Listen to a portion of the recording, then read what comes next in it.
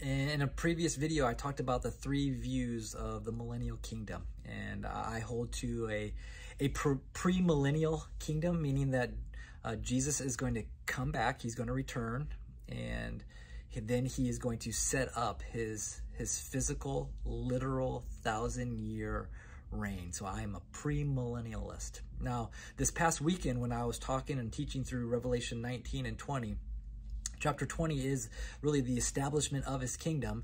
And what we see is that when he returns in chapter 19, I mean, he is slaying his enemies. He is putting down all evil. And so in chapter 20, we see as he is establishing his kingdom, this kingdom is comprised of believers and only believers.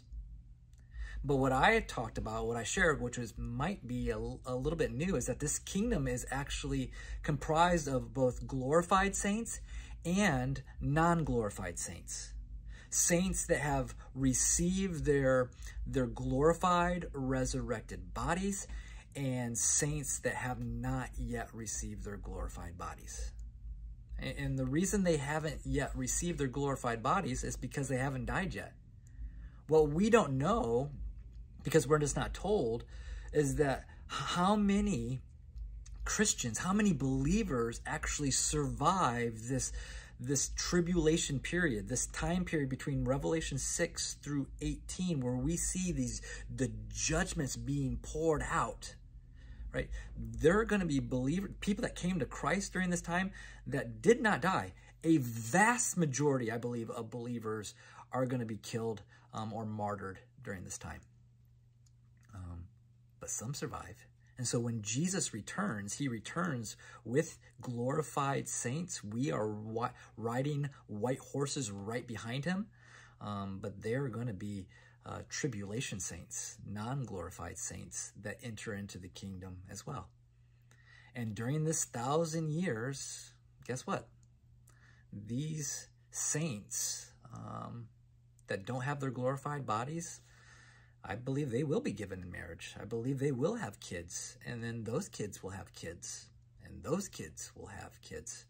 And you can look at this like incredible time. I mean, Isaiah 65 is talking about this kingdom and what it looks like. It's like the lion is laying down with the lamb.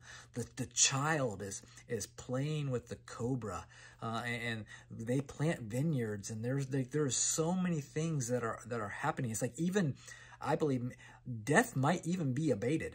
Death might not be happening, because it talks about how even it's going to be seen as a curse if someone even dies before 100.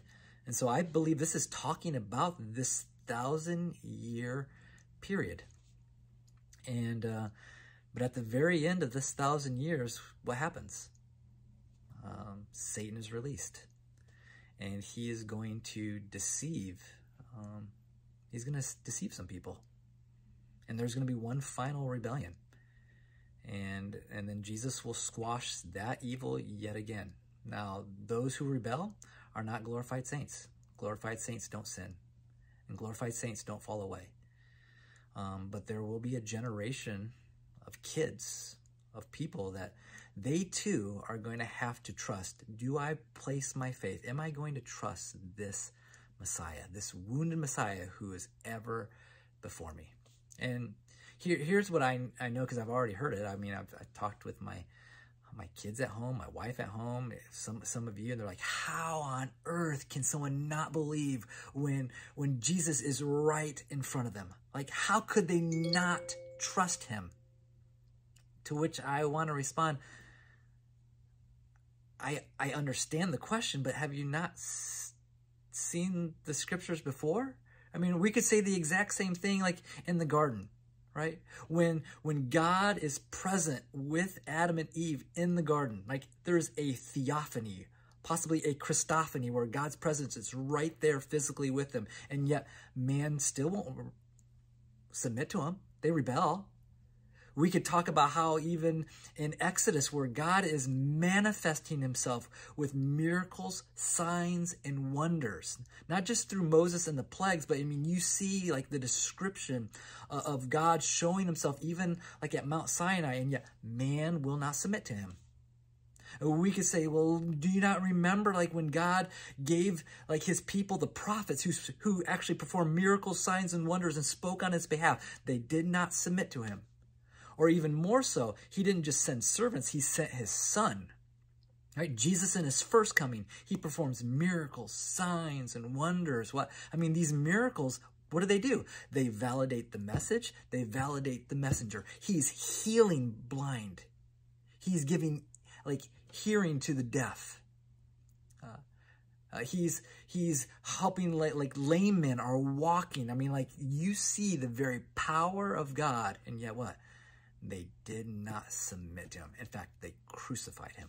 So it's not hard for me to understand, even right and during this time, you will still have to trust him.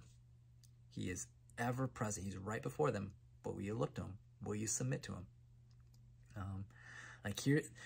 We are a unique generation.